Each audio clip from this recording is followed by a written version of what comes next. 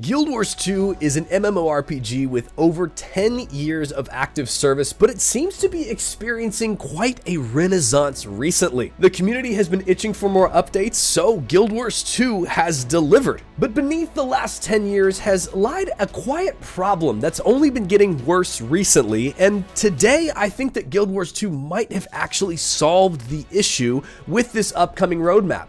My name is Brightlife, this is my fancy shirt. I'm really freaking sick today, not only in the health way, but also in the other way. That was a very deep cut joke that's only for people that graduated in the early 2010s. And today I want to talk to you guys about the hidden issue that Guild Wars 2 is trying to fix with its upcoming roadmap. So let's jump into it. So the first question we have to answer is, what the heck is the roadmap that we're talking about? Well, ArenaNet has laid out a brand new direction and roadmap for its now 10-plus-year-old MMORPG, and in essence, it kind of boils down to this. Instead of one expansion coming every 2 to 4 years, we're getting mini expansions every year with one new zone, a new storyline, a few new strikes, fractals, etc., but also quarterly updates with more of the things that I just mentioned before. Now, of course, this means more content on a more regular basis, which is exciting for Guild Wars 2. And as my absolute best friend and YouTuber Bloom points out, this is a lot like Destiny 2. And I really like Destiny 2. I like how they put their updates out. And so I actually think this is a really good thing for Guild Wars 2, and I'll explain why in just a moment. Now, I do want to point out that I actually don't know if Bloom even knows that I exist, but Bloom, if you see this, let me know in the comments if you want to be best friends. Also, Bloom's video on this roadmap is in the description down below. Very, very helpful. Anyways, this is exciting for a lot of reasons. First of all, content is more consistent. Guild Wars 2 has certainly had a consistency problem when it comes to its content. Its content has been very good in my opinion, but it typically tends to vary on when it will come out.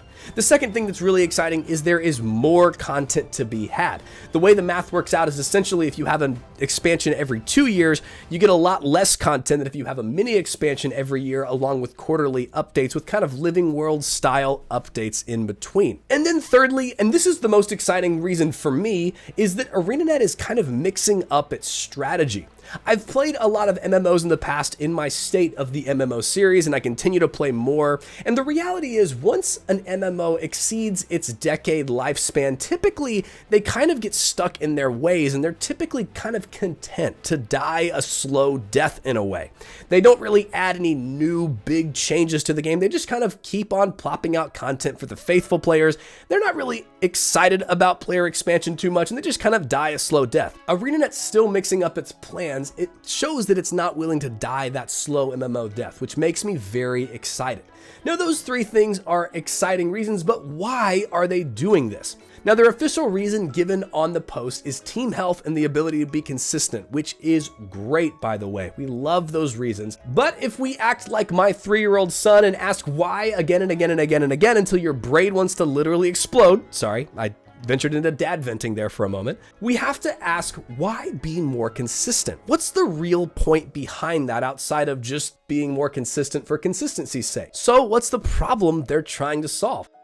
For many players, Guild Wars 2 is a lot of people's vacation MMO. Let me explain what I mean by that. Typically, most MMO players have a home MMO. It's the one that they spend the most time invested into. It's the one that when a new expansion comes out, they've already pre-ordered, they're ready to no-life it. That's really the game where they've made their friends, they've made their community, they have the most gear. That's their home MMO. Now, for many of you, by just watching this video, you probably have your home MMO set as Guild Wars 2.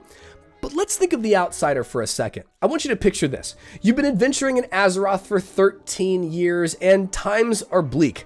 We're at the end of Battle for Azeroth and a new expansion is on the horizon, and it really can't get much worse, can it? It's gonna be great, right? It's gonna change the game for the better and make you feel a little bit more like you're at home again, right? Nope, it's Shadowlands. And after walking through the Maw for the 8,000th time and hearing how Sylvanas will never serve, even though she literally served for the past 2 goshing years, I'm calm. Needless to say, you need a vacation from World of Warcraft. You need a vacation from your home MMO. And so you pause your WoW subscription and you go vacation into the beautiful and wonderful world of Tyria in Guild Wars 2. Guild Wars 2 is the place where you visit on the downtime from your home MMO, and for good reason. With no sub fee and a decently low stress, low key endgame, unless you really want it to be crazy, it's the perfect vacation spot for so many people. Just soaking up those branded rays, hunting for your sky scale, which of course you'll get eventually, and just completing the maps. It's beautiful, and it's a great game to really just spend a little bit of time in. I mean, just check out this comment from one of my viewers. It's the game that this viewer plays when other games get kind of dull. And to be totally honest with you, that was me as well until End of Dragons. I would play other MMOs, some home MMOs for me, like Lord of the Rings Online, World of Warcraft, Elder Scrolls Online, and then when the content would get a little bit dull in those games, I would come visit Guild Wars 2 kind of in my downtime. And so Guild Wars 2 kind of comes together to become this perfect vacation MMO. Not necessarily the perfect home MMO for most players, but a great one to just kind of visit and pop into. And to be totally honest with you, another reason that it's a perfect vacation MMO was because of the inconsistent content. As an average vacation player, I don't think you really care too much about the inconsistency of Guild Wars 2 content. Once you complete the content, it feels like you're done, unless you want to go into some of the more wild grinds that exist at the end game.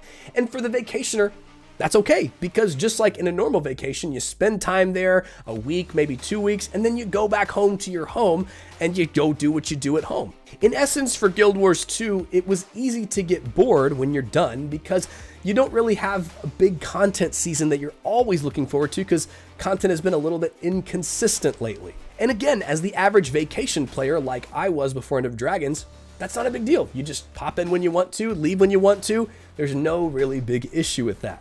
Right? Now, the big problem with Guild Wars 2 being the perfect vacation MMO for so many players is, well, money. That's right, cold, hard Tyrian gold, baby. The issue is that the identity that Guild Wars 2 has maintained as the perfect vacation MMO doesn't really line up with ArenaNet's model for making money as a live service game. The money model that it takes to maintain a large game like this without a sub fee or garbage pay to win loot box type mechanics is to keep you so engaged that you desire to spend money on the cash shop items like character slots, mount skins, outfits, and more. ArenaNet doesn't necessarily rely on some of the kind of bait and switch mechanics that other free-to-play MMOs rely upon. They have a box price and then really non-scummy monetization systems. And that's really nice, but it requires the player to be locked in consistently as the home MMO. And of course, the problem with that is if you vacation in Guild Wars 2, you probably aren't spending too much money because you're gone too quickly to really invest in the game, which is great for you, but it's terrible for the ArenaNet team. Now, I know what you're thinking. Bright Life, tons of people love Guild Wars 2 and call it their home MMO, and that is very true. But sadly, if you look at recent events, it doesn't seem like enough people do. I mean, before End of Dragons and having NCSoft kind of step in and crack the whip and make things move forward, ArenaNet had to go through not the first round, but the second round of massive company layoffs, which is a really sad thing for its employees and for the company in general.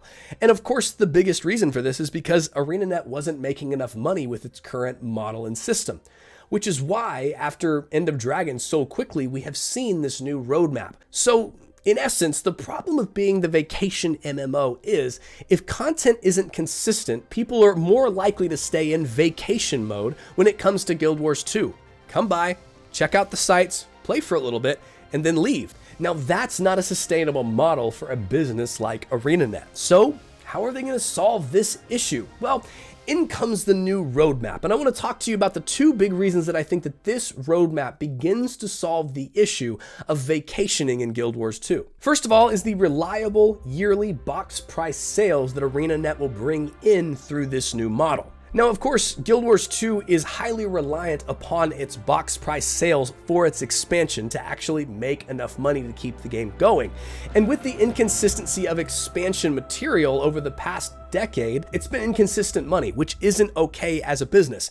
And so with this new model, with these mini expansions, although they'll be a little bit cheaper, because of the no sub fee system, many people are willing to just buy the expansion to see what's there. So even if there are vacationers that just want to check out the new content, at least ArenaNet gets that new box price on a consistent yearly basis. And in my opinion, this isn't a scummy thing. This is just good business. This allows the game that you and I love to stay in process for longer. Now, of course, this is actually a really smart business move, but I think that the second way that this fixes this vacation mode problem is that the amount of consistent content, the amount of content that will come out on a regular quarterly basis, has more chance to turn these vacationers into what I would call MMO home buyers for Guild Wars 2. Now, I need to get a little bit boring, and I promise this will only last one sentence here. A basic tenet of digital marketing is that more eyes lead to more buys. Meaning, if you get 1 million eyes on an advertisement, you're going to get more purchases than if you get 10,000 eyes on an advertisement in most cases. You can probably see where I'm going with that really boring and lame example. More content for Guild Wars equals more players more often in the game, meaning that there is a bigger chance of people moving their permanent home over to Guild Wars 2. In fact, I'm actually an example of this.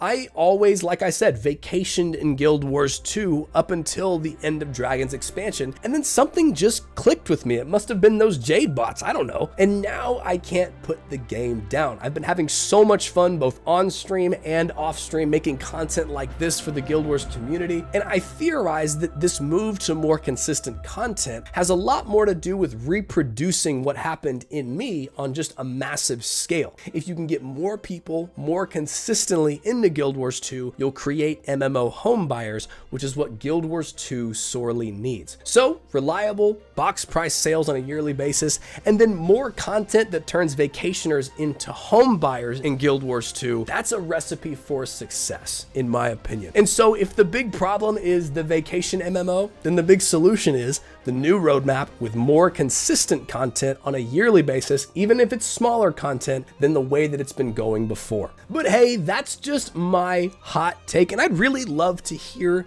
yours. Do you think that this is a reason that Guild Wars 2 moved into this model, or am I completely off base? I'd actually love to hear your answers in the comments below. But friends, if you liked this video, hit that like button for me. If you loved this video, hit the subscribe button for me if you want to see more content on MMOs and Guild Wars 2 and even more. But friends, before I go, the last two things that I say are the most important thing that I could say in any MMO ever, and it's this. It's that you're more loved than you know, and you are so much more valuable than you realize. I hope you have an incredible day, and I will see you in the next one.